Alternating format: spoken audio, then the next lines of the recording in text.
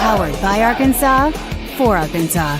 This is Inside Arkansas Live.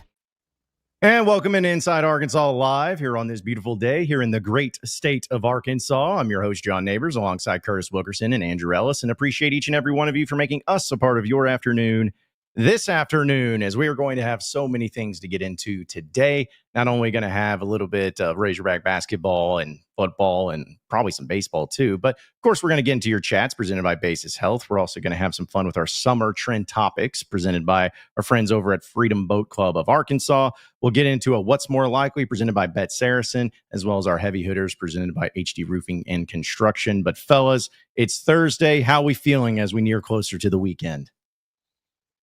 It's a great day to be a pig. Well, I'm excited today because the Arkansas Razorbacks, for I don't know what it is, like the 8th straight time or something like that, they are top 20 in the Directors' Cup. So I'm fired up.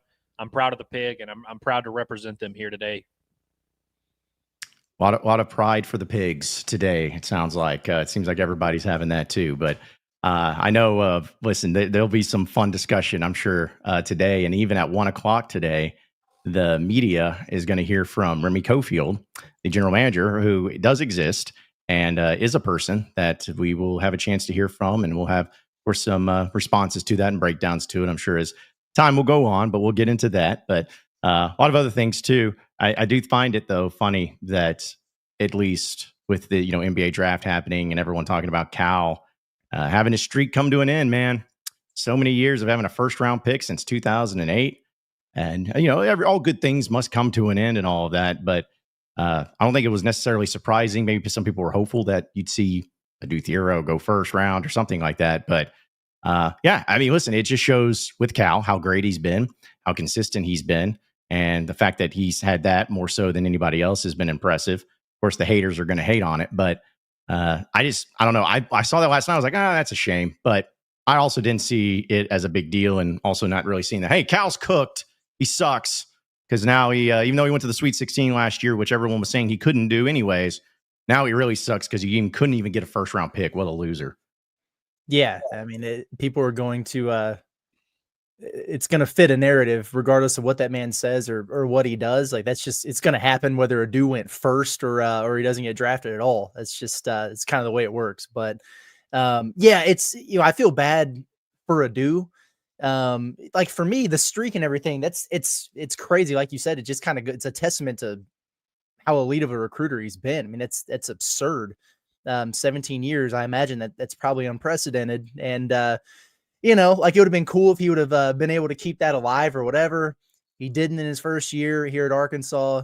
We kind of understand the circumstances behind what went into the roster build there, but even going into the season, because that's the distinguishment that I tried to make on the pod. It's like, it's not like we were going into the year going, oh, hell, they've got 4 lottery picks on this roster. In fact, one of the first mailbag episodes that I did was the question was asked, well, who's going to be Cal's first lottery pick at Arkansas? And my answer was, well, I don't know, because it's not going to be on this year's roster. But so it's not entirely unexpected.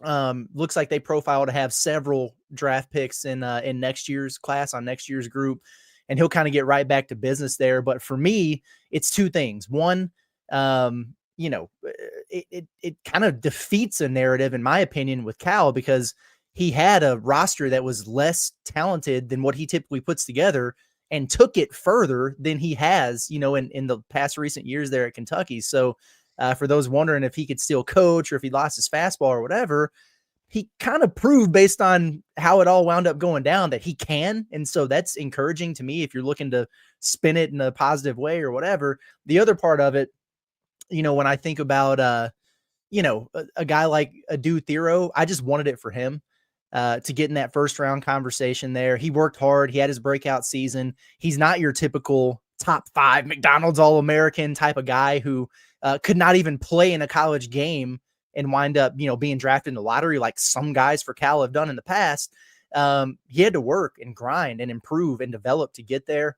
And, late first, early second, there's not that much of a difference, but there is a difference financially speaking.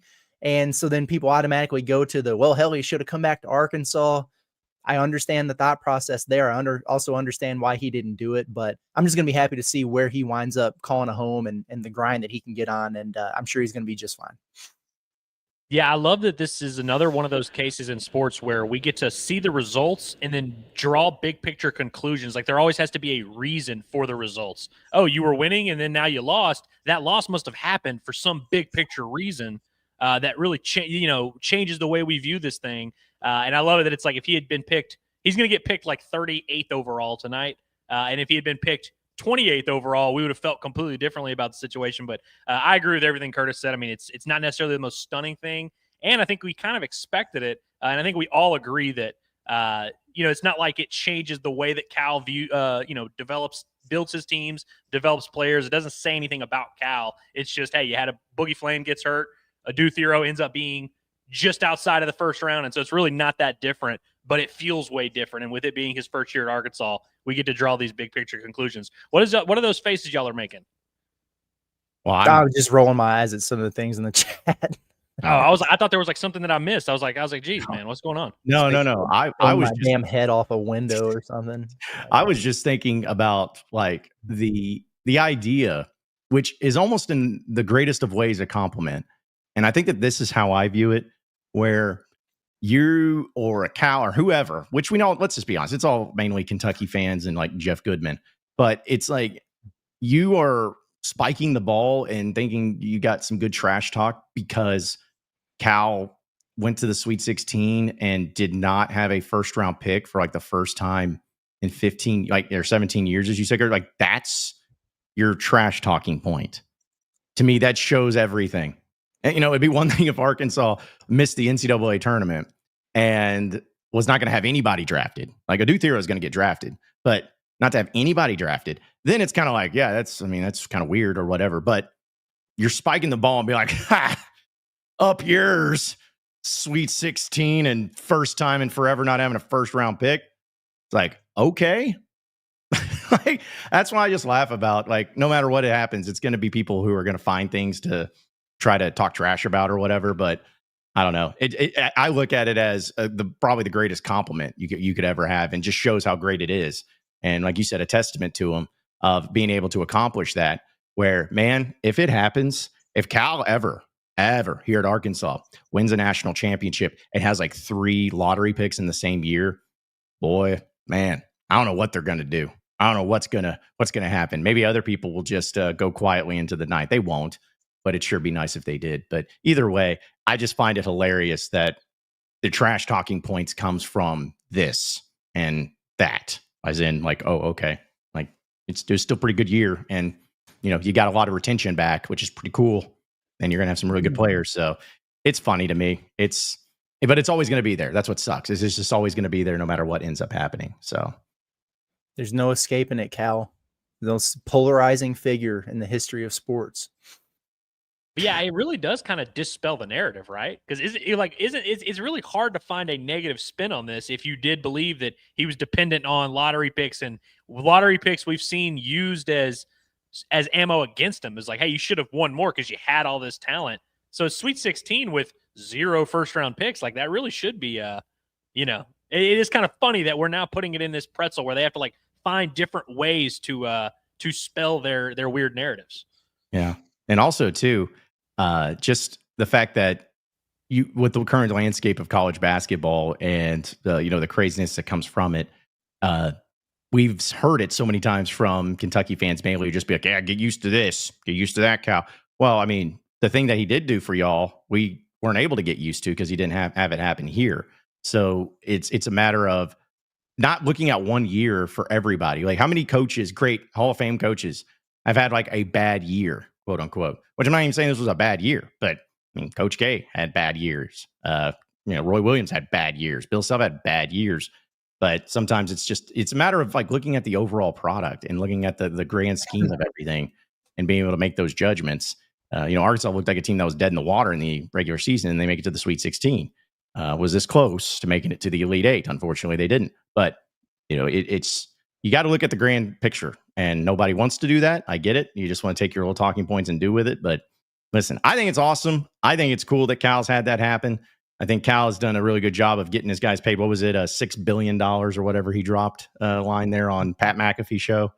I think it's awesome. And I feel like next season, you're going to have guys that are going to get drafted and maybe even first round, maybe even lottery picks. It could happen. So I just think it's, again, a testament to Cal and a testament to the job he's done. And he's not done yet. It's not like, oh, well, he's never going to get anybody drafted in the first round again. He's never going to be able to accomplish anything in the regular season again. He's going to be just fine. He's set up for success here at Arkansas.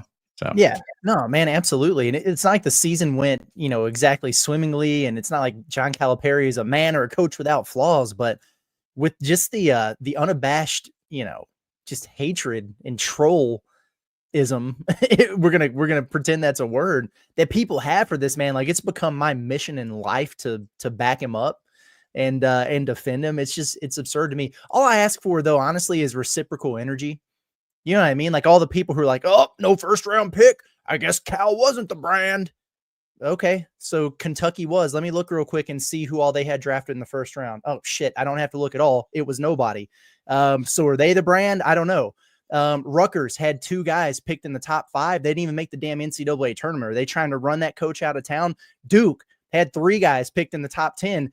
They didn't cut down the nets. Is John Shire a terrible basketball coach? I don't think any of those things are true, but if that's the standard we're holding John Calipari to, why aren't we holding everybody else to it? That's all.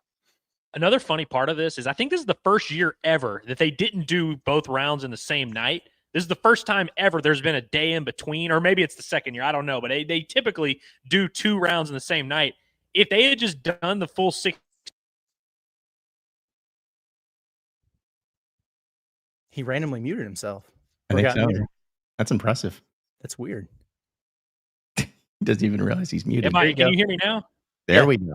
I randomly got the thing and it was like, your mic was unplugged. I'm like, what the hell? But it's funny. If they had done all 60 picks in the same night, are we even having this conversation? Probably not. No. I mean, but that's the thing. It's the whole time. It's like the conversation only relies around what they can find, or at least what they can spin in their own minds of what could be some sort of insulting deal. I don't really know. But, Duke Thero, which, again, would have loved to have seen him do a first round pick or whatever, but him getting drafted wherever it may be. Somebody was asking me, he's like, where would you like to see him drafted? I was like, how about just not an organization that's awful? That's kind of where I'm at with it. I don't care really. I don't even know if he cares where he gets drafted, but he's going to make it happen. And I know Cal's done a good job of promoting him and talking about, hey, even in the Pat McAfee show too, he's like, this guy, watch out for him. He's going to be a steal. I think that, what with the Duke Thero, like, what's going to be his role in the NBA? Like, is he a guy that you feel good about him having a long career? I know we're kind of breaking down scouting and everything like that, but, it seems like he has plenty of upside in order for people to draft him. But what's really the ceiling, or I guess the expectation for a Duke Thero in the NBA in the current landscape? Well, he's not going to be a 3-and-D wing. We know that much. And that's, kind of what he was hoping that he'd be able to become. A lot of folks this time a year ago when he transferred to Arkansas, and some had him projected as a back end of the first round type of talent if, he had his breakout season, and he did. And he broke out in every way other than where he really needed to cement his draft status there. But yeah, I mean, I think he's just a versatile, switchable defender. And he's going to be able to guard multiple spots in the NBA, and he's super, super athletic, and that plays in transition. And, he can straight line drive it in the spacing that you have in the NBA. So other guys being able to shoot around him will be important, but I think there is a role to be had for a guy like an Duke Thero, but without that jumper, he's probably going to be a guy that bounces around and is up and down quite a bit early on, especially between the G League and whatever NBA franchise takes him. And maybe they'll find something with that shot. I don't know. But anytime that you have a guy who's 6'8" and put together and as athletic as a Duke is, that can guard, there's a role for him. There's a place for him to play. Curtis, you mentioned the jumper, and yeah, I agree. It's not one that he's never going to be an off the dribble shooter, a real high level jump shot guy. I think the key for him getting a second contract and staying in the league for 8 to 10 years is just being a guy that you have to like that can make a three, like a 33% shooter, something like that. So we'll see if over the next, however many years he's able to really develop any sort of game there. But, it's funny. We talked about what we thought his role was going to be at Arkansas. And we thought he was going to be that glue guy, defense first, not necessarily a star player, not necessarily a leading scorer, but like you said, a switchable defender. And so I think that's really obviously the more likely scenario for his NBA career. And the good thing is this year he averaged whatever it was, 16 points a game at Arkansas. He's not really used to being on teams where he's the go-to scorer, having a ton of offense. He's obviously not going to be playing that role in the NBA. So I think it actually suits his body type, skill set. Don't want to compare him to Draymond Green, but it's like we see a lot of these guys who, you look at their offensive games and you try and judge them that last in the league way longer than we think just because of what they do on the defensive end. I mean, hell, Patrick Beverly, I know he was a scorer at Arkansas. I mean, he was like a 7-per-game scorer in the NBA, but he was in the NBA for 12 years because he just was that important to his teams. We'll see if Uthero is able to carve out that kind of niche in the league.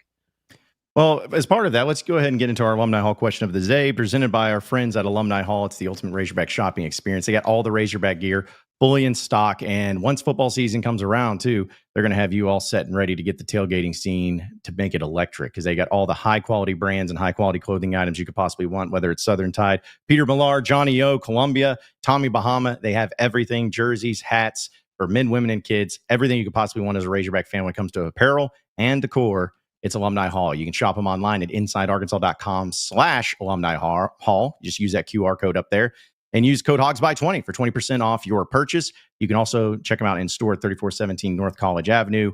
Also using the code HOGSBY20 for 20% off. It's the Alumni Hall ultimate Razorback shopping experience. And I was curious, guys, because at least according to my really big, rigorous research, Cal has been to 6 Final Fours and has had 4 number 1 overall picks as a head coach. So I was simply asking the question of will John Calipari have more number 1 overall picks in the NBA draft at Arkansas, or will he have more Final Four appearances in his tenure at Arkansas? None is not an option because he's going to get something. So which one do you guys think would be more likely for him to have more of?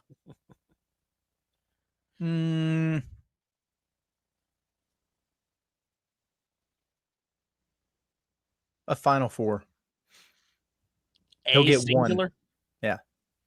Okay. Well, I think Final Four is the answer here. I think 1 Final Four would. I mean, number 1 picks. I know Cal's had his fair share, but it's like those are really hard. You have to have a specific set of circumstances. Hell, half the number 1 picks these days are international. You know what I mean? So it's like it's going to be pretty tough to get that one. I think he could maybe land on 1. But I think Arkansas could get to at least 1, maybe 2 Final Fours. If he got to 2 Final Fours, I feel like there's just no way you'd get 2 first round or 2 number 1 overall picks. Yeah, I see it as he gets 1 of them, but not multiple of either. I love that John was like, you can't say none because like he's guaranteed going to either make the Final Four or have a number 1 pick. Yeah. Something that like 99.8% of collegiate coaches of all time do not get either one of. Yep. Well, that's just my confidence in Cal. And mainly because, again, people can be kind of dumb and they'll be like, well, why is none not an option? I mean, it's like, okay, have some fun with the question. Just have some fun with it. But Final Four, of course, not necessarily surprising, but 73% of you say Final Four. He'll have more Final Four appearances at Arkansas than number 1 overall picks at Arkansas, which, ironically enough, is the one I'd rather have. I'd rather go to the Final Four. I mean, number 1 picks are cool. They're really cool and all, but I really do hope that he has more Final Four appearances than number 1 overall picks, or maybe the same amount. That'd be cool too. Which maybe it's 3 of both. I'll take that as well. So either way, it pretty much adds up there for that side of it. But we'll see where Uthero ends up going tonight in the NBA draft and into the second round as well. And so John Calipari, can't wait for that fire tweet he's going to fire off, man, and just showing he helped another family out.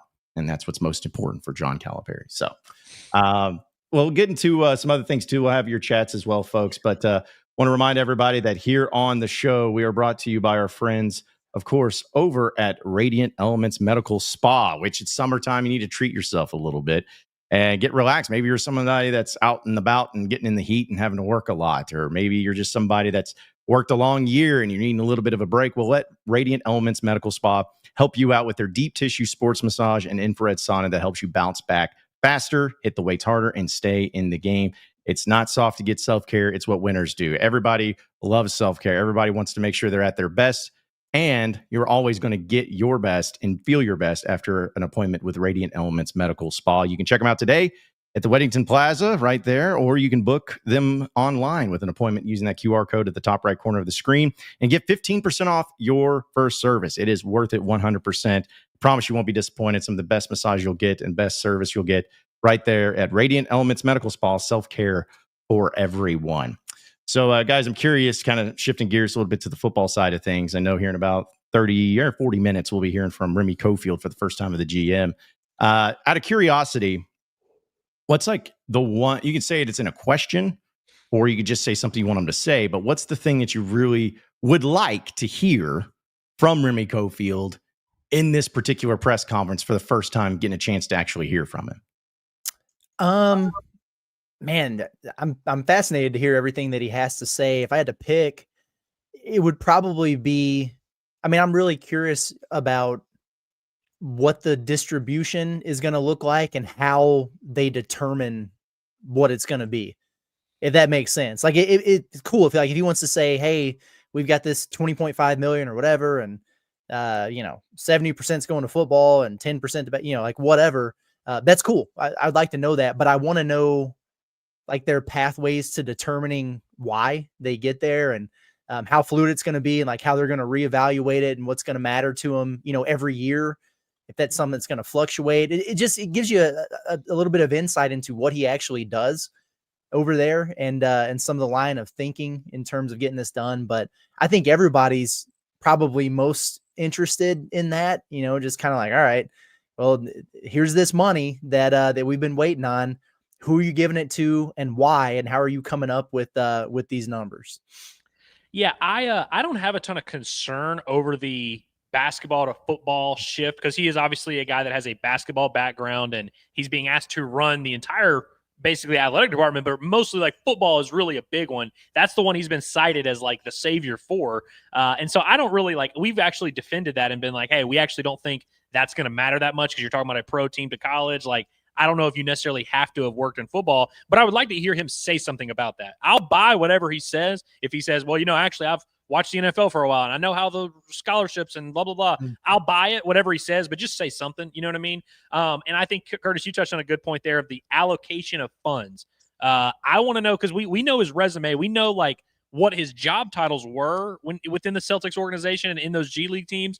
I would like to know really what his background is in terms of working under a budget, dispersing funds, and kind of deciding what to do and how to value certain things. Because I think that's a big part of his job description here at Arkansas, specifically with the football side is, hey, this guy's asking for this amount of money. What's our valuation of him? Do we have enough to match that? And does that fit into our big picture plan? Those are the kind of things that he's going to have to be doing a lot of. So I'd like to hear a little bit more about maybe his philosophy on that, sort of what his background is in those specifically. Like if he sits here and says, hey, when I was the GM for the Maine Lobsters or whatever, the G League team, I was the one who was running the budget. I was putting valuations. I knew all that. So I really want to know what his philosophy, I guess, is on that. I'd like to hear something that sells me on that, which I'm sure I will.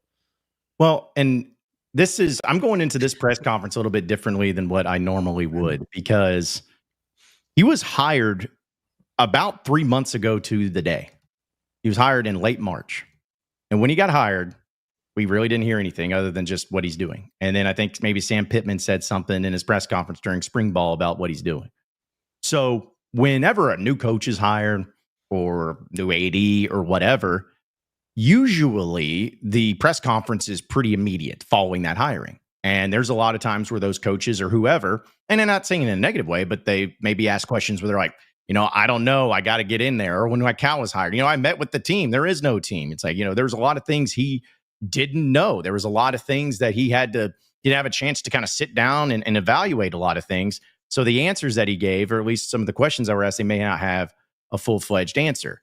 But this is a little bit different. This is a unique thing where the dude's been there for 3 months now.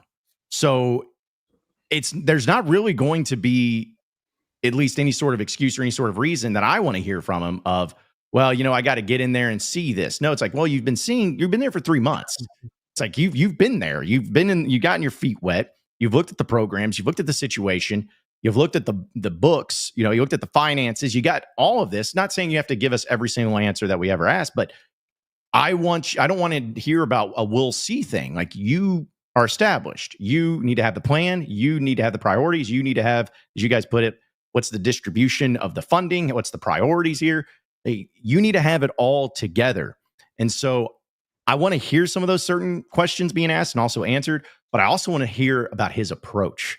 Does he approach it to where it's like, and he comes across as a guy who's like, I know this. I'm confident. I know it's going to work. I feel great about this situation. Feel great about the direction we're going. And it's going to be awesome. Like, I want to feel that confidence oozing from his press conference where I don't have to sit back after listening to it or watching and be like, okay, that didn't really do anything for me. I want to be like, okay, that makes sense. It's opened my eyes a little bit. I get a little better understanding of what he's doing. That to me is going to be extremely crucial, especially given the circumstances where the program's at.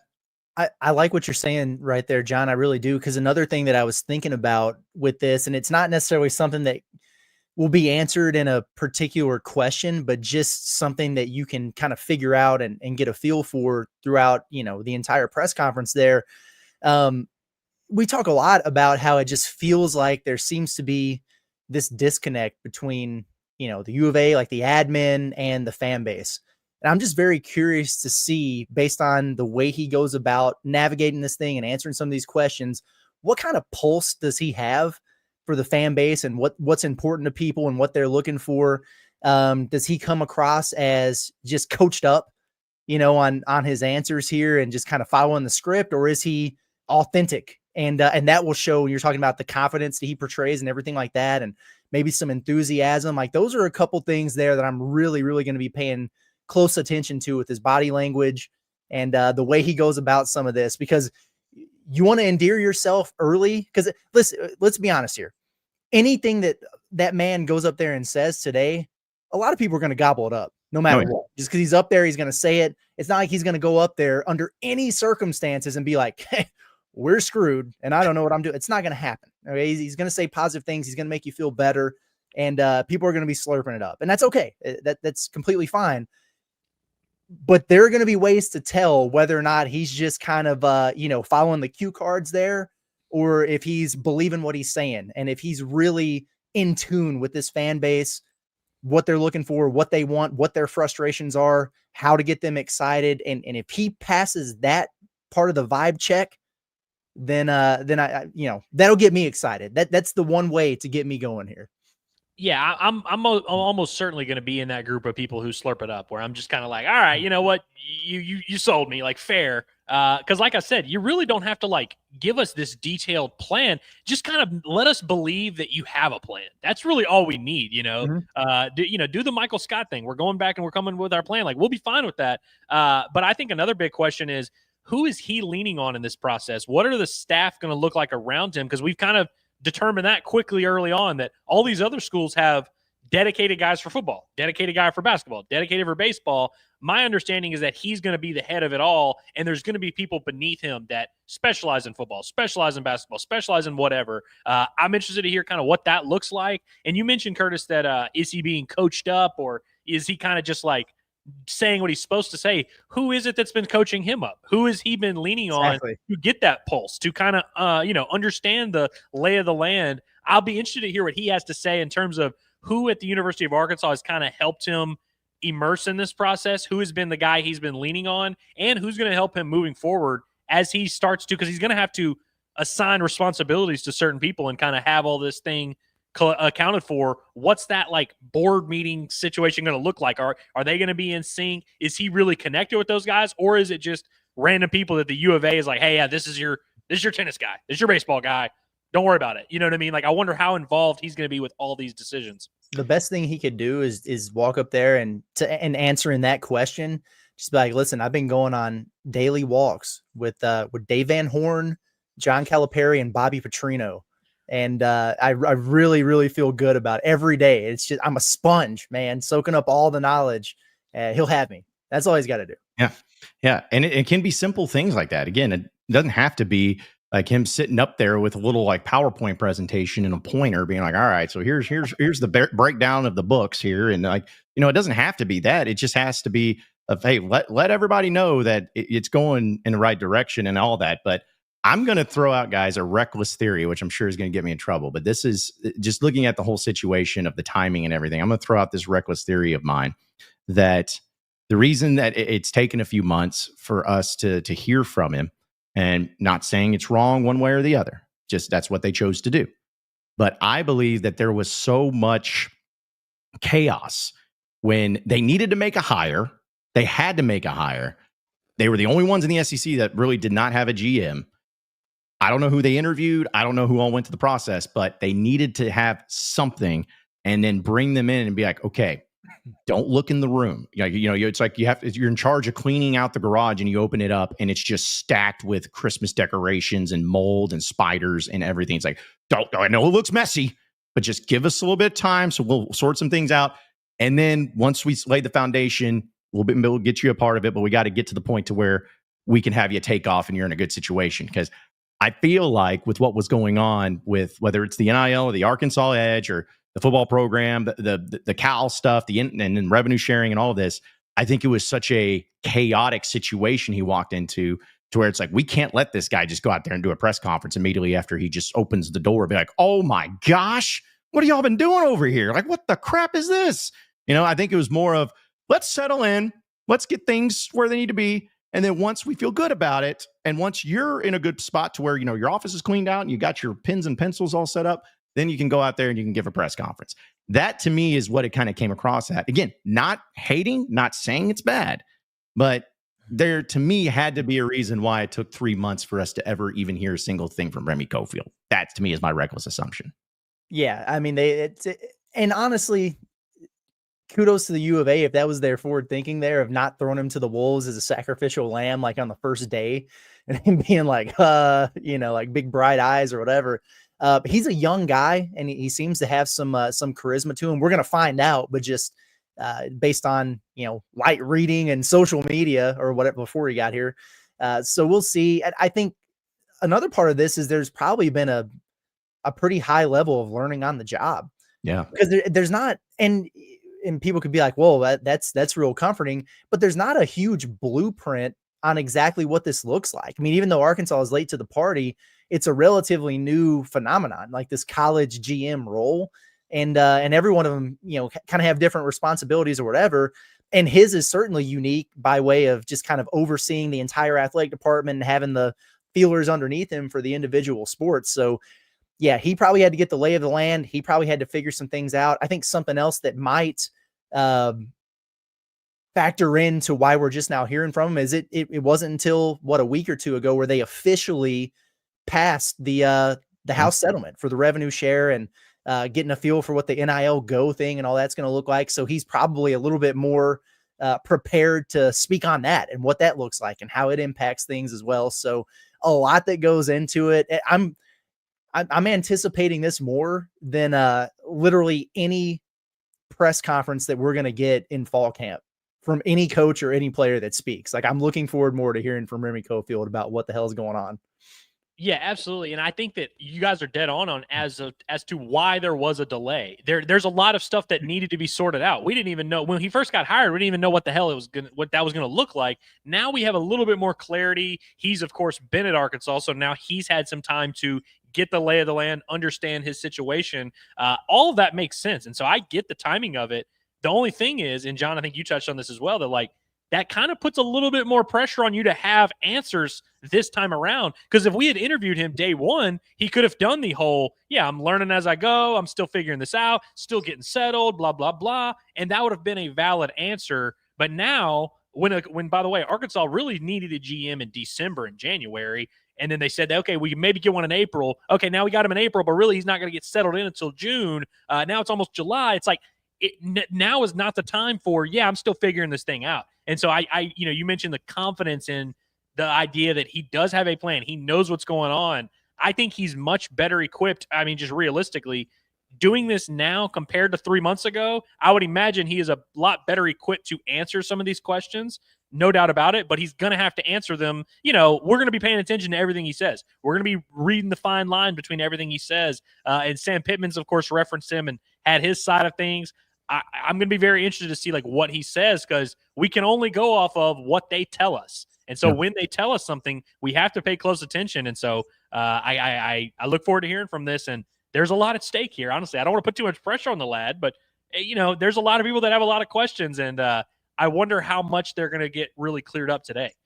Well, and you put it out there, and I don't think it's too insane to think about it. It might seem silly, but man, Remy Cofield can do a lot in this press conference today. Mm-hmm. Like, he could do a lot of good, or it could just reaffirm and just repeat the fact that people feel really badly about the situation in the athletic department, because obviously of the role that he plays, but he's also, because he's new. He's a new voice. It's not Sam Pittman going out there and, as Andrew always does, such a great impersonation at the end of the show. Well, doing that. It's not him. It's not, talking to some other assistant coach where they're more focused on football, or, sometimes getting a vague tweet from somebody. Like, no, this is a new voice of an individual that is extremely crucial and important to the future successes of the entire athletic program. So you have no impression yet. Like, you have a clean slate where you can really make people feel like, man, Pittman's this, or football's this, or whatever. But I really like Remy. Yeah, he seems like he's got his stuff together. Or you could be like, jeez, dude, they can't do anything right. This guy sounds like he has no idea what he's doing. I mean, you can really take people into the summertime feeling so good if you nail this press conference, Remy. So Godspeed, my friend. Hopefully the fine SIDs over there at University of Arkansas have coached you up and got you ready for this. But I'm excited about it. I really am, as weird as it is. I never thought I'd be pumped up for a general manager, deputy sheriff, whatever his title is, of Razorback Athletics press conference. But here I am. I'm pumped up to hear from it. So, but we'll have it posted on our Inside Arkansas YouTube account later this afternoon, whenever it's officially released. And you can give your own reactions to the comments. And I'm sure you guys will be completely fair and understanding. So I can't wait, though. I really can't wait. And also, too, real quick, before we get into the chat, do you guys think anyone will be up there with him? Like, is it just going to be him? Because, we've seen if a new coach gets hired, you got the AD up there. Is Juracek going to be up there with him? I guess it would only be Juracek would be the only one I could think of. I don't think Pittman's going to be up there since he's the whole athletic department. But do you think it's just going to be him by himself, or do you think he's going to have someone up there with him? I think he's going to fly solo. Okay. I tend to think if Hunter was going to be up there, that would have been part of the media release. Maybe Hunter is there and he gives like an opening statement and introduces Remy or whatever. That wouldn't necessarily surprise me, but I think they're going to put that man up there, let him get on his soapbox. It's like the Toy Story meme, hold up, let him cook. Yes. I'm ready. I'm ready for this. And I think he is too. I think he is too. I think if this were the introductory one, which I know it technically is, but if this had been 3 months ago, I bet Juracek would have been up there. But I think now, you got to let him set that tone on his own. Yeah, and I think it'll go a lot further with people if he ends up doing that anyway. So let's go ahead and get into the chat presented by our friends over at Basis Health, where they're changing the way healthcare is delivered by providing mobile medical visits to the comfort of your very own home. A doctor will come to your home for urgent care, primary care, IV hydration, and so much more. Basis Health, they're here for you when and where you need them the most. You can learn more at basishealth.org today. All right, so let's get into the chat. And as always, it's going to be so much fun to get into, and you guys have been so nice. But let's see. Heartbroken Hog says, I've never seen a Sam Pittman press conference where he gave me the impression he believes in Arkansas or in himself.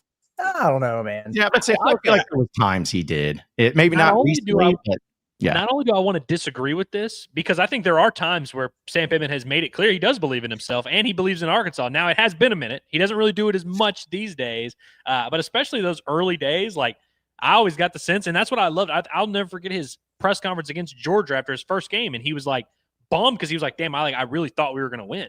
And like you could see it in his face that he genuinely thought they were going to win. That bit got old after a while because you could kind of tell he didn't really believe he was going to win. But like, no, there's been some times where he believes in himself. But my question to Heartbroken Hog is, if you feel this way, then why are you crying every day in the chat when we're not talking about football and we're not saying, hey, Arkansas is going 9-3 this year? Why are you mad at us when we're like, hey, yeah, Arkansas football kind of, maybe isn't great if you believe this? That's a valid question. That's a valid question. My only real Sam Pittman press conference beef is the post loss, Eeyore thing. That's it for me. Like and I know a lot of people feel that way too. If you lose a crappy game at home or, whatever happens, a lot of people want to see a little bit more fire out of him. And that's something that I've really wanted to see in the past.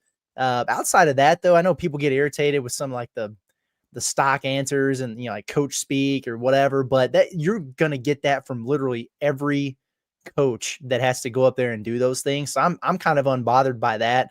I'd like to see him have a little bit more pep in his step and a little more fire and brimstone from time to time. When we're all pissed off, we want you to be pissed off too. Whatever. Everybody has their own personality. But if there's one thing that man believes in, it's the Hog. Yeah. And also too, when you're not winning at a high level, I think that gets magnified extremely because as I point out to people, when Bobby Petrino was the head coach, there was nobody that was worse in press conferences than Bobby Petrino. The most boring coach answer, non-energized guy ever. But hey, you're winning, so no one cares. But when you're struggling a little bit, and I don't know if it's, I mean, I'm being an excuse, but I truly feel like this past year, especially with that hip issue that he had, I'm just one like that dude was probably in pain or on pain pills or whatever. And I don't know, again, I'm not making excuses, but I try to put myself in those shoes. If I was going through something like that and I was in pain and I had to talk to the media all the time, I'd probably be like, ugh. Not very excited to do it. But hey, this is the same man. You talk about confidence now. When he giggled to himself when he knew that Mississippi State kicker was going to miss, that's confidence right there. He knew he was going to miss. Oh, shoot. But we need that Pittman back, man. I miss that Pittman. He was so much fun, like when he felt that way. So let's see. Also, where's it? Oh, Smitty. Yeah, here we go. Smitty says, does he have assistant GMs for each sport? Which I think is the questions we were saying for Remy Cofield. Not yet, but that's the plan. Yeah.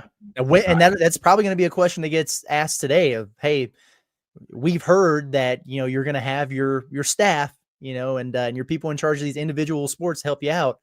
When exactly is that going to happen? Is this going to be a deal where, like he's in charge and it's 2 or 3 years from now where they start figuring that out? Are there priorities here? Like, are you going to get one for football first and like the revenue sports first?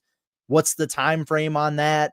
It's an interesting thing to think about given some of the other things that have come to light here recently in that athletic department from a funding or lack thereof standpoint. Like, I think the time frame on that is going to be something else that I'm really, really interested in seeing what it looks like. And also too, like I one of the questions I would love to ask, maybe off record, because I feel like that would be the best way. He's not going to say it, but I'd be like, hey, Remy, do you even have John Calipari's phone number? Like not in a negative, like not in an insulting way, but just being like, he's so far and away. Like, I got this. Like Cal's like, no, I'm good. I appreciate you. I respect your job, Remy, but I'm good over here. Like, is that what involvement of any sport? What involvement in men's basketball are you truly going to have? Or is it going to be Cal or, Ronnie or our guy Riley, just send him a text, be like, hey, this guy, this much, here we go. Then done. Like, I'm wondering because it just seems like it's so far and away different than all the other situations and programs, but I'd be fascinated to hear that. What if he was just like, listen, man, yeah, like Cal's going to do his thing. I just got to make sure he doesn't turn back into PayPal Cal. That's all. Like, I just got to kind of keep an eye from afar and let him work.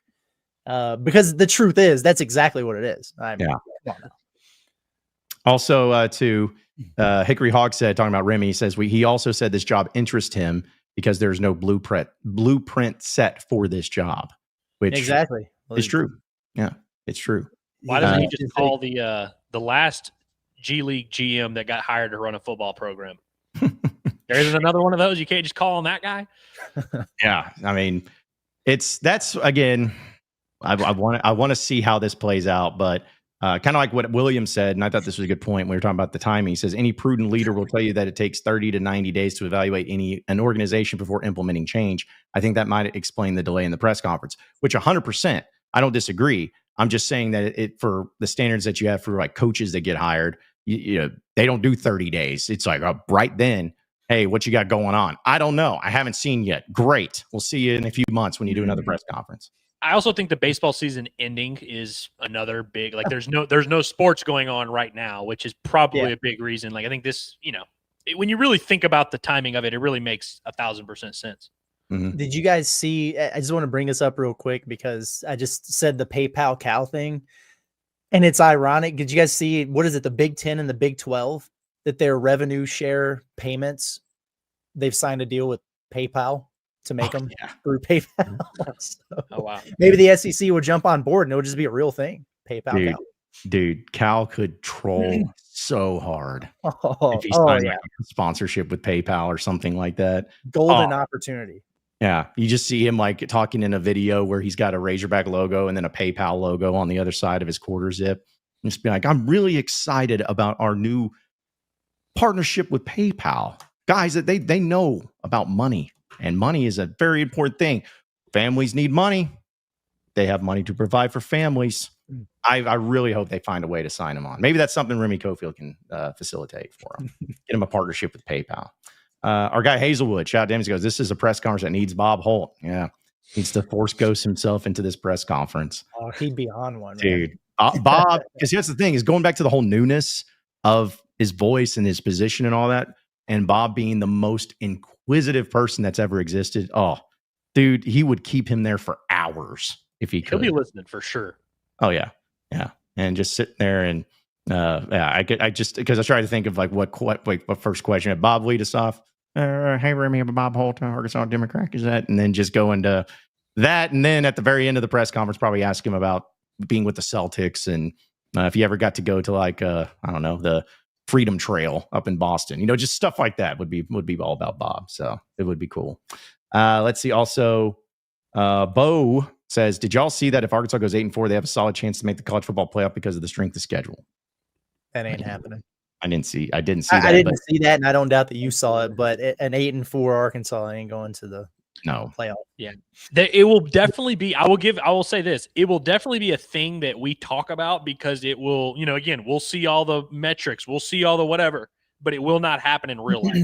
And I'm not saying Arkansas going 8-4. I just mean if they go at 8-4, I don't think they would actually get into the college football playoff. We would make our argument. We'd have a good argument, but it would not happen. No, not at all. But also, Heartbroken Hog, appreciate the super chat. He goes, Ellis, because I love football and desperately want it to succeed. I hate the attitude of, oh, well, let's just give up and put everything into basketball and baseball. Maybe I'm missing something. I don't think we've ever said anything along those lines, like even a little bit. Now, I'm sure people in the chat have. In fact, I saw someone in the chat say that today. But in terms of like us and this show, like we just cover basketball and baseball when it's basketball and baseball season. That has nothing to do with football or that we think it's or whatever. But it's that doesn't change the way we view the football program. I don't think we've ever advocated for them not allocating funds to football. Like we still think they should try and be good at it. Yeah, I want football to get rolling almost as bad for Heartbroken Hog as I do myself. Yeah, I want you to have to change that name. What sir. would you sacrifice football success if it meant Razorback baseball or basketball failure? Wait, say that again. Would you sacrifice Razorback basketball success for Razorback football succce? Oh, hell no, dude. Absolutely not. I know a lot of people would. And I don't blame them for it. Like, whatever, feel the way you feel, but hell no, dude. I knew your answer, Curtis. Jeez, I mean, like, you if it was up to you, you'd have all the other programs suffer. You'd cut all other 18 sports and just have basketball. Dude, I was doing money all in that. Yeah, I was doing a radio spot yesterday, and this guy was like, he was asking me, the host, like, hey, just really want to get your thoughts. Are you pro or against college basketball's regular season going up to 32 games, like adding a game? Like, what do you think about that? I was like, what do you mean? They could play 365 days a year for all I care. I mean, come on, expand it to 35, expand it to 50 games. I don't care. Leave the NCAA tournament. Don't expand March Madness. Expand the regular season. Give me more games. Yeah, I'm fine with that. You guys know how I feel about the round ball. Oh yeah. And it's orange. Let's see. Top of the Bleachers says, how much influence is he going to have over the coaches is what his question would be. This is a good question and something else that I was wondering about. I'm sure somebody will find a creative way to ask him that question, but I'm wondering if, like, how he comes across from a standpoint of does he come across as a boss? You know what I mean? Like this is my department. Like I run this and, I kind of set the tone or whatever, or is it going to be more of a, well, like we all work together and, like I have to listen to so-and-so's feedback. I wonder what type of vibes he's going to get off from that standpoint. And, in terms of the totem pole, he probably is above those guys on the organizational chart. Now, does he act like it? Is it really like that? I don't really know. So I think that's a good question. Oh, and also too, like I as weird as this is, I want him to have the mentality to where it's probably not true, but just envisioning that he has like a cigar box on his desk that he just lifts up, and he's got like a little mini bar in the side with brandy, that he has with the big cube of ice. He just goes around smoking, just because it's like that type of boss move, like that type of thing. He's like, man, I'm gonna smoke in my office. What are you gonna do about it? Because that's who I am. Yeah, I want those vibes to come from him. Transplanted Texan says, will Remy be asked the questions needing specifics and will he give them? Transplanted brother, we're going to need some specifics on this question, because what does this mean? What does this sentence mean? And I get the gist of it, of like, hey, are they going to ask the tough questions and is he going to answer them? But like, we do need some specifics. Like, what specifically is it that you're wondering about? Because that sounded like a coded message. Yeah, I had to bring this up. This was great from Jacoda. It just goes, is the playoff being played at the Liberty Bowl? It's like, yeah. Come on now.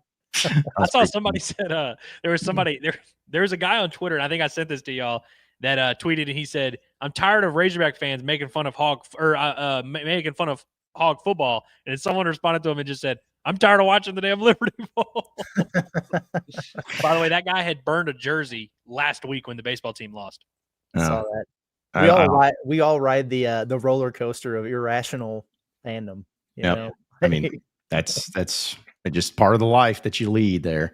Also, I like this from Jeff. He goes, LOL, guys, what has been sacrificed due to football right now? I'll tell you what's been sacrificed. Like, your own sanity has been sacrificed, and it's not paying off. I'm sorry. But, your excitement apparently has been sacrificed too. So I don't know what to tell you there, but it's still, it's not, I don't think it's not that way it works. I know he's joking, but he's not like, okay, well, this sport suffers so this other one can live. I don't think it's that, but it's still interesting how it feels like you can never have. Again, I think it was in, 2021? Yeah, I remember putting out that video. I was like, golly, remember all three major sports were just, it was great. Yeah. And then, awesome year. It is crazy, though, how many people do, and obviously we're like having a joking conversation here, but how many people really do view it through that lens of like, well, we're having a great year in baseball, so football, 4 wins. I'm like, those two things they're very separate. Like, they have nothing to do with each other. And I get it, from a big picture, maybe Remy Cofield will change that, but it's like, there is no like direct correlation or cause and effect going on there. It just is kind of the way it is. Yeah. Well, even so, to that point, I think it's because like in the 90s, Razorback basketball was elite and football sucked. And then in the 2000s, it's like basketball kind of sucked. And then football was not elite, but like good, consistent, had great moments. And then the 2010s, it was like football early, then basketball later, mid. And it's like they've never just consistently been in the same spot, except for like the late 70s. And then, like 3 years ago, they had that one time that it was pretty good. So I really should have so my first year officially working on the beat was the fall of 2021 and the spring of 2022, where they went 9-4, Elite 8, and went to Omaha. I should have just quit. Yes. Yeah. Just retired. Yep. Just I've done all I need to in this profession. I hope y'all enjoyed that. That's all I got. Chad is heartbroken on it, but super chat. Appreciate it. Goes, Curtis, I would change it for a Final Four too. So, okay. All right. Yeah. I'm going to hold you to that. I need a championship if we're going to sacrifice all of that. Like, I need a championship.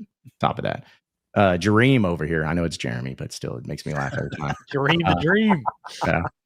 He says, "I'd sacrifice football for a baseball, natty." No. Yeah, I say I would, but like obviously, like I'm not advocating the university look into it. But like personally, in my personal life, yeah, it would make me happy if football won a national championship, of course. But I don't think it would fill my soul the way that a baseball one would. He said, I'm not advocating the university look into it. That was pretty good. Well, I wanted to make a clarification, because that's what kind of got me heated about Heartbroken Hogs thing is like, I have these feelings and I have kept them silent. And so he's like, oh, well, I hate that attitude. I'm like, I feel that way, but I've publicly not said that. Yeah. Well, I mean, maybe I guess we're all three on different landscapes here, because it's like I'd give up a lot for a football national championship, because it'd be really cool and a big deal. And maybe it's just because Arkansas has never even gotten close, which I know it's in basketball. I know they won in 94 and they haven't been to a Final Four since 95. But, there were times where you felt like, man, you're good enough. It could get hot, right time, all that. And baseball, of course, has been really close as close as you can give a football. I'm like, man, the closest, what was the closest Razorback football has been for a championship? Was it 98? Was it for sure? 2011? Yeah, it might have been. Yeah, probably so. Yeah, it just feels so few and far between and so far away. None of those must teams, I really believe they were going to win the national title. And obviously, like, that's saying a lot. Curtis, was there any of those teams that you really were like sitting there and you're like, they might win the whole thing? Obviously, you knew it's possible, but it's like, was there any of them that you really were like, had kind of invested to that level? Not really. Now, I legitimately thought that that team would have I thought they could have beat Duke that year and moved on to a Final Four. They didn't, obviously, but after the way they played against Gonzaga and the way that everything was coming along, I thought that they might have had a chance to continue it. But no, I definitely didn't feel like that in 21 going into that Baylor game. And then sure as heck didn't feel that way for that team that scuffled all season and then beat Kansas and ran into UConn. I got to say, after they won that game against St. John's, just the way that they had looked last year in the first two games there. And then at like halftime of that Texas Tech game when they were just blowing their doors off, I don't know that I was like, hey, these guys could win the whole thing, but I was sitting there thinking we might at least get to go to San Antonio here. I kept thinking about that Cal team that had the Harrison twins and Julius Randle that got to the title game as like an 8 seed or whatever. I definitely was getting a little bit of those vibes. I think I agree with that assessment that like this past year's team was not that far away in terms of like their actual chances to win the title compared to some of those teams that went further in the tournament. Did you hear Cal say, or yeah, you were sitting right beside me. He was on McAfee or whatever. And I can't remember if it was out of the Jim Rome interview. Anyway, he did say that like he felt like once they got in there, he was like, I thought we were going to win the national title. And it's a certain level of coach speak, but I get what he was saying about things finally clicking and coming together. They were playing good ball, man, at the end of the year. Well, and I guess that would be my point of like with basketball, because I look at it as, hey, it's the NCAA tournament. You never know. Like, you just never know what is going to happen especially once you get over a hump of beating a really good team. It's a crapshoot. So, that's, I guess, maybe feels a little bit better. But in football, it's like, man, first off, you got to get there to the playoff, which is extremely difficult. And even then, it's like you're going to be playing much better teams with a ton more talent and better coaching and all that. So, yeah, it's just tough. Let's see. Also, there was one more chat that I was going to bring up before we move on here too. This one right here. Silent Thinker just goes, we'll be glad when this Arkansas and Kentucky stops trash talking with each other. I won't be. And I'm not going to be like a moment where there's a, ceasefire. Yeah.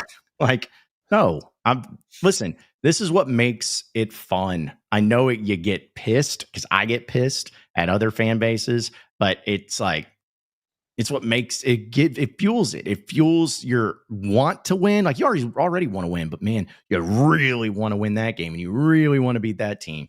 I love stuff like this. Yeah. It's like, I look at a lot of them as morons, but it's still fun in its own right. Shout out to the Duke fan who was in here earlier screaming about how nobody cares about Arkansas. It's like, all right, just leave us alone then. Like, if you don't care about us, then just don't come over here, Duke. You are. Yeah. Everybody needs a hobby, I guess, for that particular thing. I still can't get over that. It just, I mean, you're in here throwing darts at John Calipari. Oh, for, he can't coach and he didn't get any draft picks. Like, how can you, as a Duke fan, even go there right now? You had the number one pick, a generational talent, 3 top 10 picks in last night's draft, and you didn't win a damn title either. Right. Like, I mean, what are we doing here?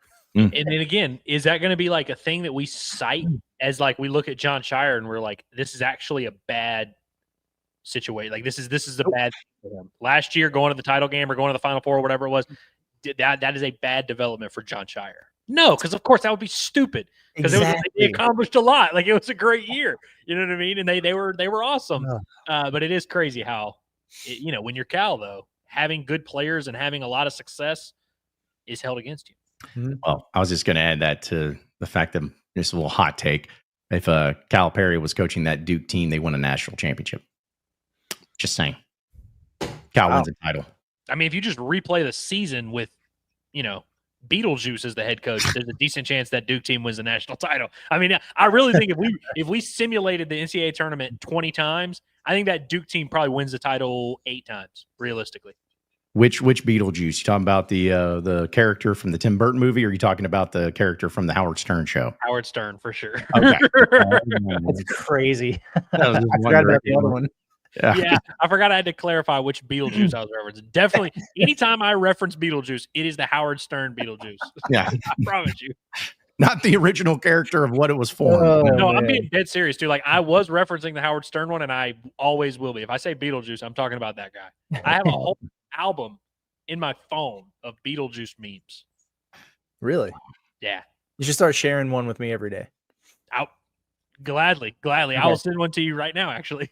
I can't imagine the other albums that are on your phone if that's the case, but that's all right.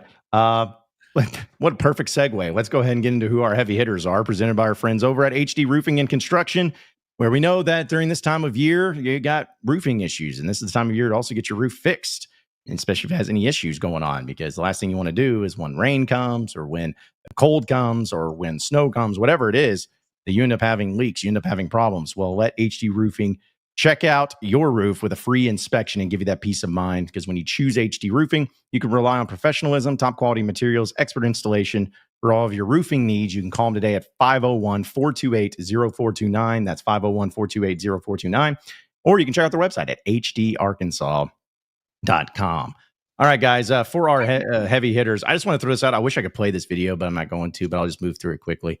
Shout out to Colin Murray Boyles for getting drafted and being really honest whenever he did get drafted in his moment by the Toronto Raptors, because he just dropped an F-bomb, and it wasn't in one that came across as one that's excited. It was more about, man, I have to go to Toronto. That sucks.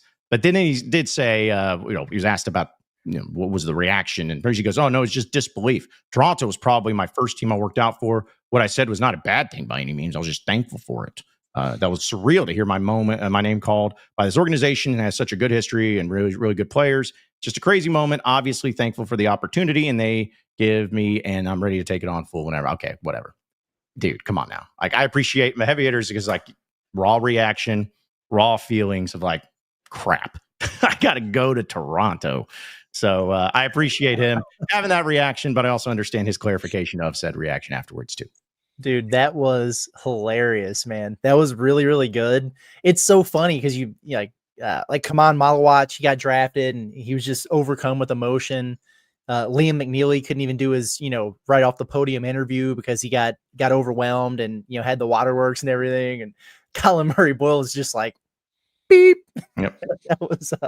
That was pretty good for sure. By the way, biggest bust of the draft?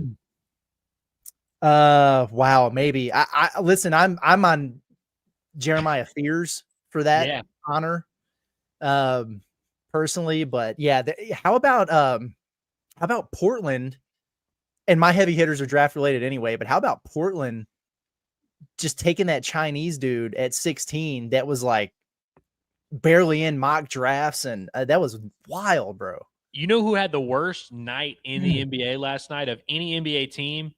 By far, the New Orleans Pelicans. They just set their franchise back like a decade, dude. So not only do you draft Jeremiah Fears, complete garbage, and they drafted him 7 overall. Trey Johnson was the number 6 overall pick. We all know how we feel about Trey Johnson. Stud, going to have a long career, great shooter. The gap between him at number 6 and Jeremiah Fears at number 7, that's a pretty fat gap. And the Pelicans traded away next year's pick unprotected There ain't no top 3. And the Pelicans, by the way, might suck next year. Like, they're not going to be a playoff team next year. That could very well be like a top 5-ish pick, depending on how the lottery shakes out. Unprotected, traded away a first-round pick to move up 10 spots to number 13 in a dog shit draft to draft that Derek Queen kid, who is, hopefully they don't get him on the same diet plan as Zion Williamson. Oh, he's another forward with conditioning questions. Literally. And like, look, Derek Queen's a talented player. Like, I actually think he has a chance to be he will probably be better than Jeremiah Fears, but holy cow, man, you sold the farm for Jeremiah Fears and Derek Queen, 2 guys who I think are extremely like project-y. You know what I mean? Like, I think that's a tough one. I don't know what the Pelicans are doing, man. Yeah, that was something. That was crazy. A heavy hitter for me from the draft, Cedric Coward. I love that kid's story. And, like he goes from being like not recruited and he's paying $25,000 to attend a D3 school and just play there. And then he winds up getting picked up, at Eastern Washington. They find him. Eastern Washington, a small, kind of a no-name D1. I think they had a tournament team a couple years ago with a couple twins maybe, but winds up there and balls out. And then he goes D1 or to high major. He goes to Washington State. He follows his coach over there and he has 6 awesome games, just balling out and tears his shoulder in half, misses the rest of the year. And it's just like one thing after another for him that he's overcome, and then just absolutely blows everyone away during the draft process. Kind of locks himself in as a first round pick. And then you have a franchise like the Memphis Grizzlies trading up to make sure they can get up there and get you at number 11. I just think that's awesome, man. It's a really good story. And I'm excited for him and hope that he does well. I thought that was awesome. And then the other one, I'm trying to see what John just pulled up over there, but I got to go with the Utah Jazz for taking Ace Bailey, even though he had no desire to go there. That's hilarious. And, because this is a deal. He was the kid who a lot of people thought he was going to be the number 3 overall pick. He's probably the number 3 on a lot of big boards. And he just like no-showed or declined an invitation to go work out for Philly. And he was just trying to parlay his way into going a little bit later, like going to Washington at 6 or whatever. And nobody had said anything about the Jazz, and the Jazz just like, no, bro, we're taking you, and we don't care if you like it or not. You're starting your career here. Take some balls to do something like that, but I like it. If you think that he could be a player that could help you, and this is some 18-year-old kid with shady representation or whatever that's trying to manipulate the draft and where he goes, and you're like, no, we're not playing that game. Welcome to the bigs, buddy. You're coming to Salt Lake City. It's fascinating, man. It is going to be a bold one. Ace Bailey's he's been the most polarizing prospect, I feel like, in the class for a while. We all kind of unanimously agree he's very good, very talented, and in a draft that's not that loaded, probably worth the swing there. Is it number 5 overall is where they took him? Yeah. I know it may sound stupid. The difference between taking him at number 5 and taking him at number 2 or 3 does feel big in this one too, so I can get behind that. Do y'all have any NBA draft stuff? Because I know you have a video up there, because I want y'all to play that before I switch gears and make a UFC fighter my heavy hitter. Okay. Well, mine is, but it's just more funny. It's not necessarily a heavy hitter, but I was going to bring it up. But yeah, we'll probably get demonetized. I don't care. But this was just outstanding last night and really made me laugh. Back to Sports Center, you're looking at Cooper Flag, and in just over an hour from now, that is not Cooper Flag at all, actually. That is quite famously Ace Bailey. There's Cooper Flag. I was going to say no, that's not him either. That's not Cooper Flag. I just died laughing so hard, man. I was just like, I mean, not once, but twice, back to back. Man, tough broadcasting. What happened to the NBA draft? Oh, man. It's turned into Marty Smith on that bad boy last night. Like, it's just turned into maniacal rants from personalities and just like, yeah, well, hey, Marty's not doing anything. We got to justify his wages. So come talk NBA. Like, it was wild, man. And they had that. And then when they announced Cedric Coward, like they got it right or whatever on the podium. And then I don't remember if it was Malika or the other girl who was on the podium there on the set. It's like, okay, now we're going to take you to and she said Colin Coward instead of Yeah. Cedric Coward. Did you guys see Colin Coward like with the AI generated images of himself in a Trailblazers uniform? And it's pretty well done. Yeah, I like that a lot. Well, now that we've done our NBA draft stuff, I've got to bring us to the octagon real quick. One, there's just a great card this weekend. I'm not going to talk about the card, but there is some good fights on the agenda this weekend. Live Looking forward dogs. to watching those. But my MMA hero is Kevin Holland. He's one of my favorite fighters. I've talked about him on the show a few times. I think I showed his submission victory that he had. I guess that was a few weeks ago. I think I played that on the show. Kevin Holland booked another fight yesterday. I just want to give you all a quick rundown of what he has been up to in 2025. So this is a guy that I've always loved for being active and for just, he's not a great fighter necessarily. He's never going to win a championship, but he just shows up and he just wants to fight as much as possible. And like, I think that's in essence, like what I love about him. So on January 18th, he fights in Los Angeles, loses via first round submission. Then he decides to go back down to 170 in weight class March 22nd. So 2 months after, fights at 170, wins unanimous decision, fights June 7th, which is about 2-3 months after that, fights Vicente Luque, submits him in round 2, and then today or yesterday, June 25th, signs up for another fight, which is going to be on July 19th. 4 professional fights against actual competition in 6 months. There's just not that many people doing that. There's just not many people doing that.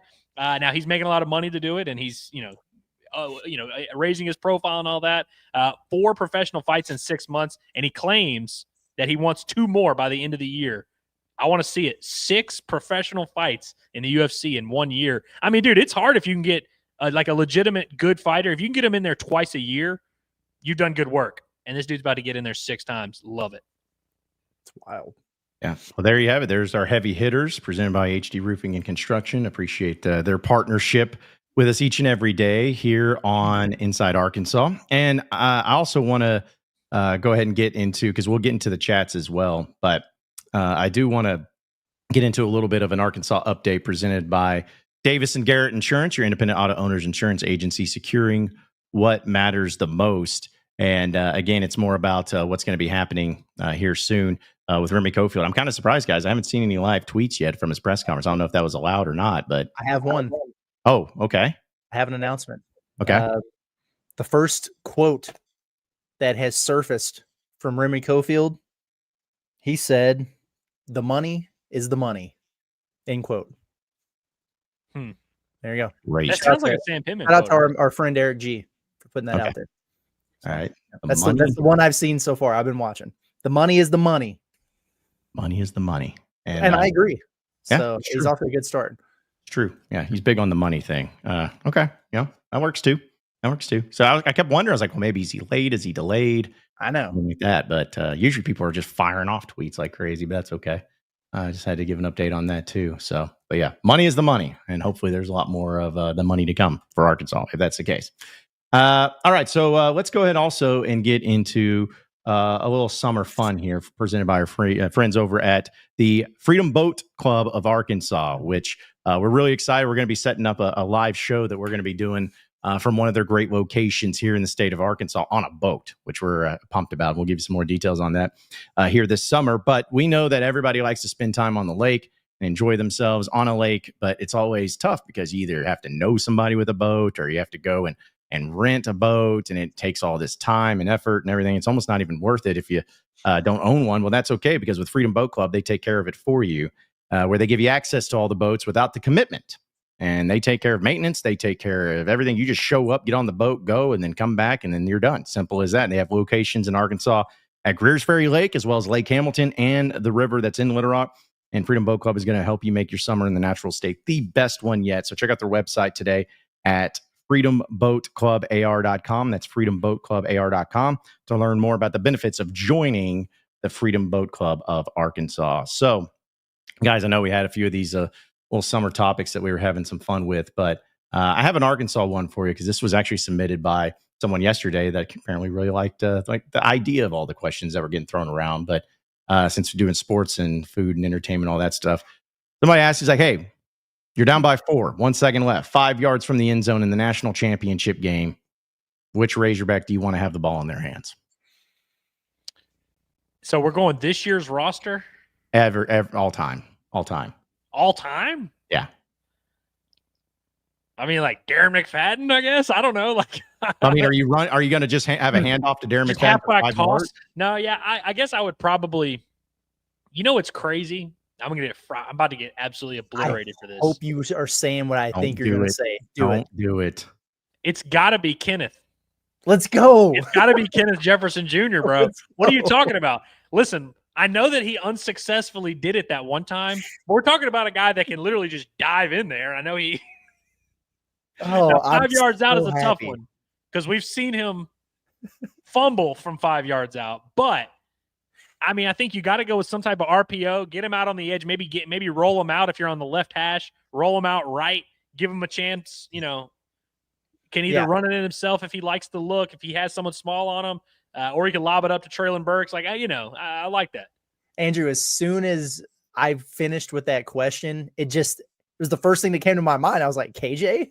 And I was like, oh, no, I can't say that. That'd be crazy. I think it would need to be a quarterback. I'll go Matt Jones just because. But KJ is not an awful answer there. And honestly, and I know we're doing like the like pick anyone from all time. Taylon Green's not an awful answer there either with his speed and elusiveness. But I will give the actual answer of Matt Jones. But you are not crazy. Those for three saying guys, KJ, dude. I don't know how you look past them because I think you have to have a run pass option at quarterback. Right. And so, I can hear Tyler Wilson. I can hear Ryan Mallett or all that, but it's like Ryan Mallett just basically has to fit a ball into a tight window, which he could very well do. But it's like, I think you got to get an athletic quarterback in this scenario. I think so too. John? I don't like that. I wasn't even thinking that. Or we go Wild Hog. I think Wild Hog D-Mac is the only other answer you can give besides one of those athletic quarterbacks. Yeah. The 5 yards matters. Yes. If it was goal line or, 2 yards, 3 yards even, 5 is a lot to just turn and hand it off. So, yes, I don't disagree. It's just more of I guess not to say that KJ Jefferson is the worst answer. It just, I wasn't even someone that I would have said first came to my mind. Cause I thought like Matt Jones, just cause Matt Jones is about proving like, okay, clutch gene, like in those moments helps. I agree with the athleticism of the run pass, but to me, it was going to be Matt Jones followed maybe closely by Darren McFadden in that Wildcat type of situation but also about 2-point conversions. Cause not that it's a 2-point conversion, but that's pretty much what you're at. I don't know if you guys know this, but there is one quarterback who's had multiple 2-point conversions and had them successful each and every time, and his name is Tyler Wilson. So just wanted to throw that out there. I remember him doing it against A&M. Hey, Brandon Allen had some good 2-point conversions, a read option as well. I definitely, those guys are fine, man. They got the clutch gene for sure. But I think if people really, I see everybody like getting pissed off, but it's like, I think if you really think about it, an athletic big quarterback is probably who you want. And I'll Matt Jones, I'm cool with that. We're just not even going to have the Felipe Franks conversation. Nah. No. Trying to think of any other like quarterbacks. Just throwing out there. What was his name? Robert Johnson. Like actually like the post Matt Jones. What about Mitch Mustang? Dude threw some dimes out there too, Good. All that. Good grief. So yeah, okay. Well, there's that. Okay. Best reaction from John. Oh man, that was good. Well, I was waiting for him to say KJ, and then it's like then he said Kenneth, and I'm like, it's still KJ. There's a range of emotions that came through that. But also, we do agree about the Taylon Green deal. Like that's not the worst option at all. Like I mean, that's my thing. Is like if we agree that Taylon Green makes a lot of sense skill set wise, I don't know how people can be that offended by KJ. Yeah, no, that's fair. That's fair. We'll do some food and entertainment too, real quick, and then we'll get to our final segment here. But also, how about this for the food side of things? What is the one condiment that you cannot live without? Like one that you would refuse to give up? One condiment. I'm gonna get fried for this as well. I'm a ketchup guy, bro. I love ketchup. Y'all know me. Y'all know I don't go nowhere without ketchup. Okay, ketchup. The crazy thing about this is I'm a big sauce guy. Like anything dippable, I'm all about it. But I'm not a huge traditional condiment guy. Like I could take or leave ketchup or mustard or anything like that. I really don't have one that I can't live without. I gotta be honest. I just don't. Well, maybe it should be a We're flip just of the saying none of the above. He's just like, I don't want. Like, just maybe it should be a flip of the question of, okay, so what's the condiment that you use the most? You have one. Not really. I mean, it's kind of depends. Like it's whatever sauce is makes sense for the occasion. You know what I mean? Like if I go to Slim's, then I'm always gonna have the Slim sauce. If I go to Raising Cane's, I'm gonna have the cane sauce, and I'm gonna be dipping liberally. Yeah. But just in a standard meal at home or whatever, like I very rarely break out the ketchup bottle or something. What's the best version of that, like specific restaurant sauce? What's the best version of that to you? What do you mean? Like of all those sauce, like like the Cane's, Slim's has their own things. There's Zaxby sauce. Like of those like places that you eat at, which has the best version of like that, like Chick-fil-A sauce, or like which one is the best of that? That's tough. I really like Slim sauce a lot. And people slander Cane's, but a lot of people say it's propped because of the sauce, and they don't like the bird. People love to say that. We're not gonna get into the flaccid chicken argument here, but no, probably Slim sauce. I'll tell you what I do. If I have the opportunity to put like a honey mustard on anything, I will. So that's what I'll wind up going with there. Okay. That's fair. I honestly, I went back and forth on this one, but it has to be either one of two. It either has to be like horseradish, spicy brown mustard. Can't live without that. Or it's got to be like hot sauce, like for Mexican food. Because I love putting, and I love it all, like Cholula or Tapatio or any of that. Like or Taco Bell sauce, like any of that, I got to have on my Mexican food in some capacity. So yeah. Next time that we go to Baton Rouge to cover whether it's football, baseball, whatever, next time that we go to Baton Rouge, we're stopping by New Iberia and we're going to go to the Tabasco factory. I went on a field trip there in 3rd grade and I don't even like hot sauce. I'm not even like, the smell is actually kind of alarming when you're there, but I think you would have a great time at the Tabasco factory. That would be a trip I could tell all my kids about. And it's like, hey, kids, we're going to go down to Baton Rouge for the Tabasco factory. Although I will say it'd probably be cool, but Tabasco is actually my least favorite hot sauce. I'm not going to lie. All right, well, never mind. We're not going to take you there. Right? It's fine. It's fine. Let's go to bourbon and get murdered instead. All right. Yeah. Let's do that. Sounds like a lot more fun. Okay. And also finally too, because I know we'll get to some chats and everything, but I got to do the entertainment. This is a harder question because it's not really set up that way anymore on TV, but just in your life, at least. What is the one movie that you have to stop on and watch if you ever see it on TV? Like if you're scrolling through and you've seen it a million times, is there a movie that you're like, yeah, I got to turn this on. I got to watch it right now. I'm trying to get out of the sports realm because there'd be a lot of qualifiers here. I can give you mine. I'll give you mine right now. I got one of them being A Few Good Men, and also one of them being Robin Hood, Prince of Thieves. Okay. I like that a lot. My favorite movie of all time is Training Day. It's a good one. Really? Okay. So I love that movie. The Departed is up there on my all-timers. So yeah, those would be a couple right off the top. Like obviously this answer is hard now because I don't know how y'all do TV, but like I don't scroll through channels or anything. So it's like I don't really have this experience anymore. But I mean the answer for me is always going to be Star Wars. Like when I was a kid, I just remember when I be scrolling through FX or whatever, and I'm like, oh, hey, Star Wars is on, cool. There's a lot of comedies that like are on TV that you stop and watch. But if you watch a comedy on television, it's a very different experience. So it always kind of pisses me off. But I'm trying to think. There was a stretch when I was in like 7th grade. I watched 40-Year-Old Virgin like 4 times in a year just because it kept coming on TV, and I'd watch the TV version of 40-Year-Old Virgin. Well, see, that's I don't know if I ever have movies that like it really is just like any nerd content that I see. I'm like, oh, Thor Ragnarok's on. I'll check this one. I'll hop in halfway through this, but I really there's not that many times that I get caught by the like scrolling through TV and actually watch it.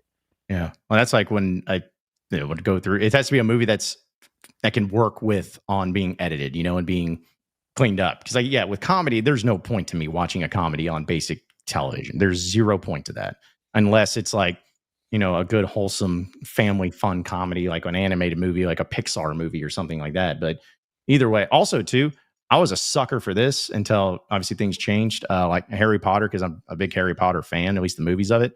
I remember I would sometimes stop on, it feels like on E Channel. I'm not kidding. They would have 10 minutes of commercials in between the segments. It was unreal, absolutely unreal. So either way, glad we could get all that important stuff out of the way, because that's what summertime is all about. It's fun stuff good. like That's that. good. Yeah. Andrew, can I ask you a baseball question? Let's hear it. Is it going to be a mean one? No. I just want to know how you feel, or if you feel anything at all about the lefty from North Dakota State. Yeah, no, that's a LSU. mean one. That's a mean one, Curtis. One? Okay. Yeah, that's a mean one. No, I mean, like, I'm not like gonna like lose my mind over it or anything like that. I am disappointed. I love that kid. I really wanted him to come to Arkansas, and from what I can tell, it was a done deal. I don't know what happened. You know what I mean? Like, so I'm guessing that LSU dropped a huge bag, which again, to some fans might hear that and be like, oh, damn, so that means that we're poor. That means whatever.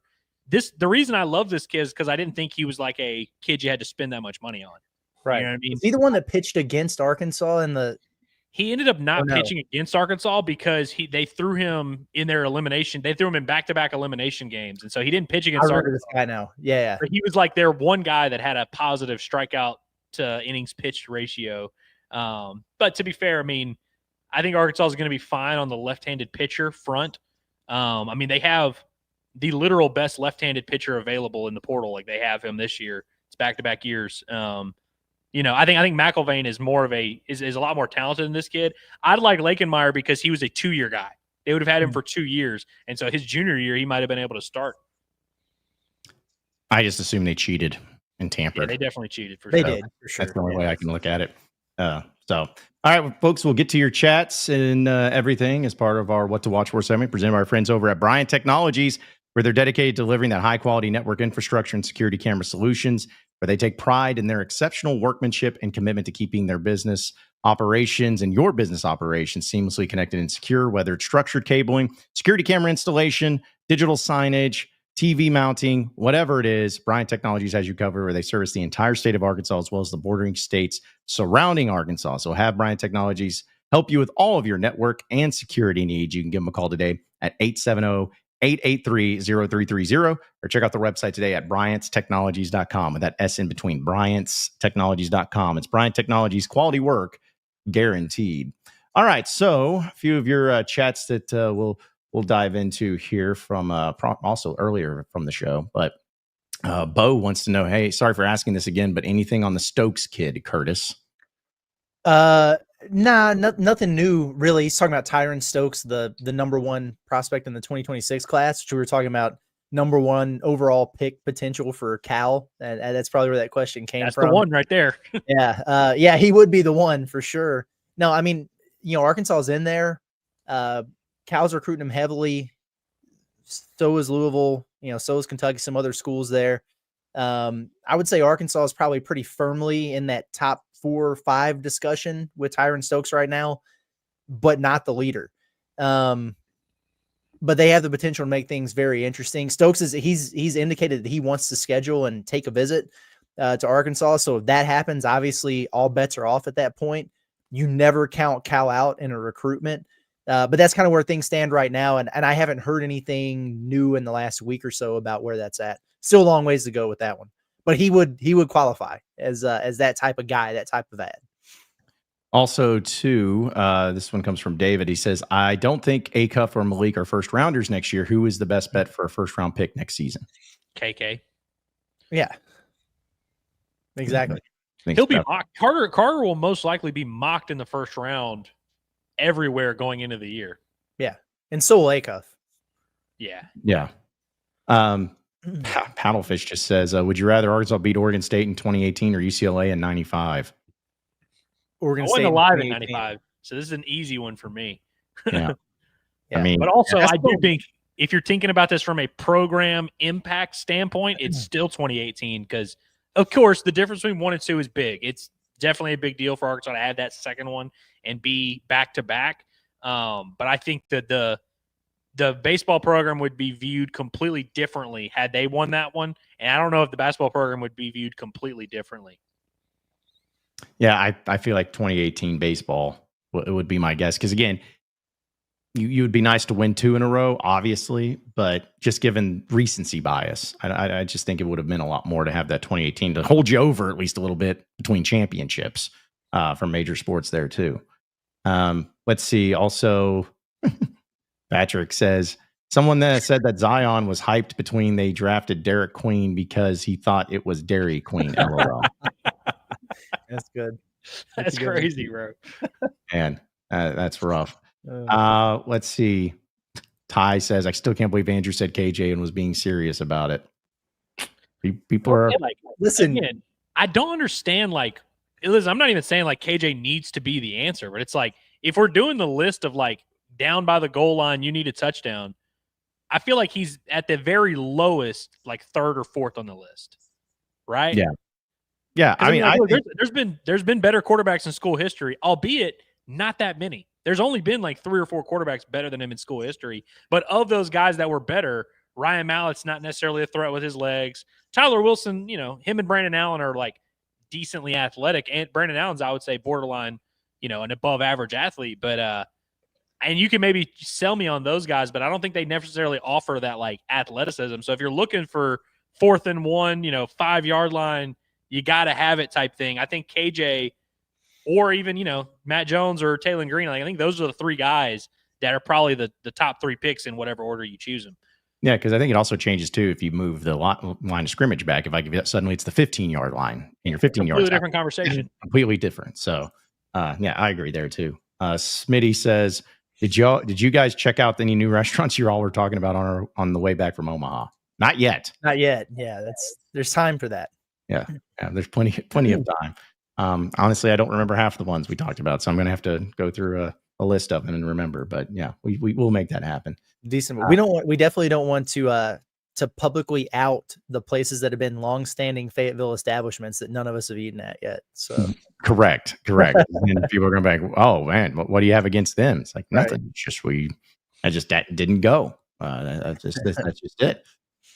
Dream also wants to know, do you guys not do phone lines anymore? Yes, we haven't in a while, and I know I'm working on it. It's going to happen at some point, I promise. It's a matter of the technology of being able to do it to where I know who's calling in. That's the biggest thing. Who is calling in? Because there's ways to do it where it's like, you never know who it is. You can just roll with it.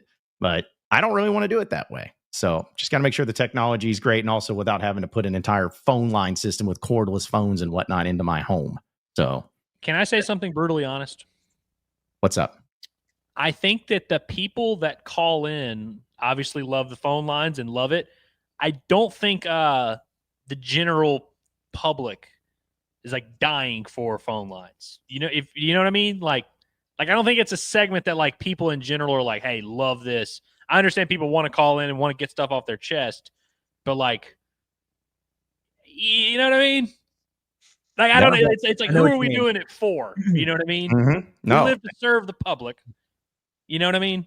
Yes. It's more of a rather have it, not need it, than need it and not have it type of thing, For sure. And that's I why wish I think the video, sending the video, yes. if you want to send us the video and have your take or whatever, there we can maybe get something.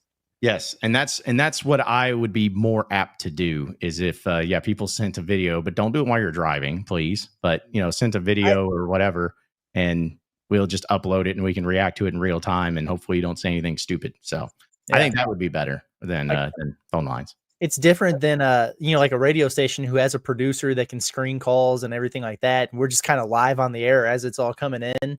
I don't hate the idea of like a Reaction Monday, open the phone lines type of deal after a football game or something, that's cool. But yeah, on the daily, and then we did it. And again, like appreciate everybody who would call in or whatever, but it was just kind of the same couple folks, every single time. So as someone there was like way more interest in it than we'd probably be all over it. As someone who was in sports talk radio for years, at least at the last place I was, the amount of same people calling in just got to the point where like, why are we doing this?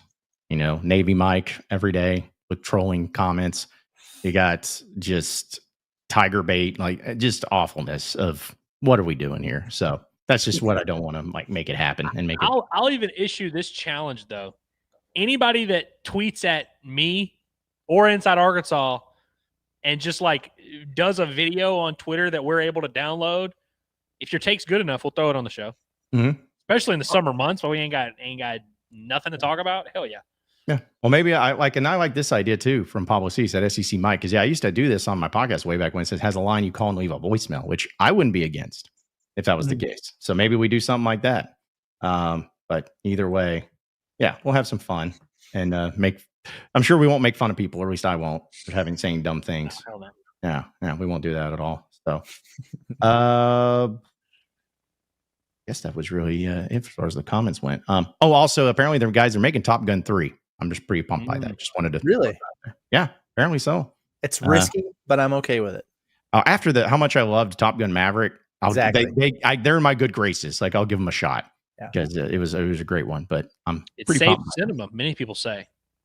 I mean, it was a pretty awesome thing. It was a pretty awesome experience. So do without the 9 ball, but yeah, seriously, that took me out of it. I don't know. Poorly written stuff right there. Well, anyways, all right, guys. Well, any final thoughts before we roll out of here for the day? No, I don't think so. Nothing that hasn't already been shared. Appreciate everybody who's still been tuning in to the Pot the Palace, the basketball content in late June. That makes me feel good and it motivates me to continue doing it. So thanks for that. I know Andrew's feeling the same way about Bombastic, and there's a lot going on with the portal and everything as well. So, but as far as any other big time thoughts, I'm kind of saving those, I guess, until tomorrow's show, because I'm anxious to hop off here and listen to Remy's press conference and see what that man had to say.